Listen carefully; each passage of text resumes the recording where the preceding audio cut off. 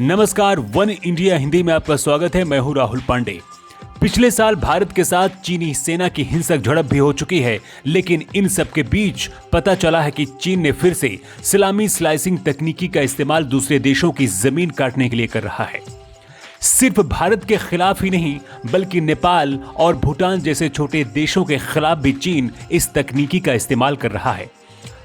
ऐसे में आइए जानते हैं कि आखिर सलामी स्लाइसिंग तकनीकी क्या है और इससे हिमालय से जुड़े देशों पर कितना खतरा मंडरा रहा है। भारत और चीन के बीच सीमा को लेकर विवाद हो ही रहा है और भारत के साथ चीन की सेना की झड़प भी हो चुकी है।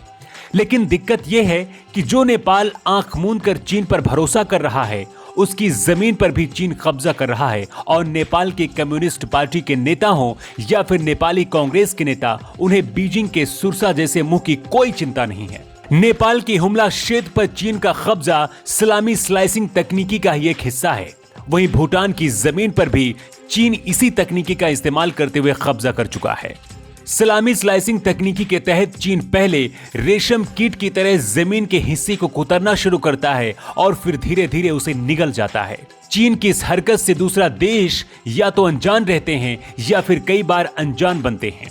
लेकिन एक बार कब्जा करने के बाद चीन उन क्षेत्रों पर अपना दावा पेश करते हुए उन इलाकों पर कब्जा कर लेता है। नेपाली गृह मंत्रालय द्वारा गठित एक पैनल की रिपोर्ट के मुताबिक इस बात की पुष्टि हो चुकी है कि नेपाल के हुमला जिले के एक बड़े हिस्से पर चीन ने कब्जा कर लिया है। नेपाली गृह मंत्रालय का हवाला देते हुए नेपाली समाचार पत्र काठमांडू पोस्ट ने बताया है कि हुमला जिले में नेपाल चीन सीमा पर कई क्षेत्र की पहचान हुई है जहां चीन ने कब्जा कर लिया है। सैन्य भाषा में देखें तो सलामी स्लाइसिंग शब्द को एक रणनीति के रूप में प्रस्तुत किया जाता है, जिसमें विरोधी को दूर रखने और नए क्षेत्रों का अधिग्रहण करने के लिए खतरों को अंजाम दिया जाता है। इसके जरिए नए क्षेत्रों पर कब्जा जमा लिया जाता है।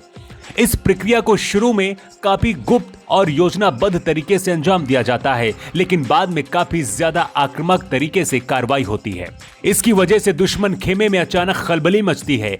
कई लोगों का मानना है कि डोकलाम गतिरोध हिमालय में चीन की सलामी स्लाइसिंग की रणनीति का ही परिणाम था। पूरी दुनिया में चीन एकमात्र ऐसा देश है जो दूसरे विश्व युद्ध के बाद भी अपनी सीमा का लगातार विस्तार कर रहा है और अपने पड़ोसी देशों से युद्ध कर रहा है। चीन ने यह विस्तार क्षेत्रीय और समुद्रीय दोनों क्षेत्रों में किया है। तिब्बत का अधिग्रहण, आक्साई चीन पर कब्जा और पैरासिल द्वीपों का विलय चीनी विस्तारवादी नीति के कुछ ताजा उदाहरण हैं। भारत चीन सीमाओं के साथ बीजिंग ने अरुणाचल प्रदेश के 90,000 वर्ग किलोमीटर पर दावा कर रखा है और चीन इसे दक्षिण तिब्बत कहता है। इसके साथ ही चीन उत्तराखंड, हिमाचल प्रदेश और जम्मू कश्मीर के छोटे क्षेत्रों पर भी अपना दावा कर रहा है।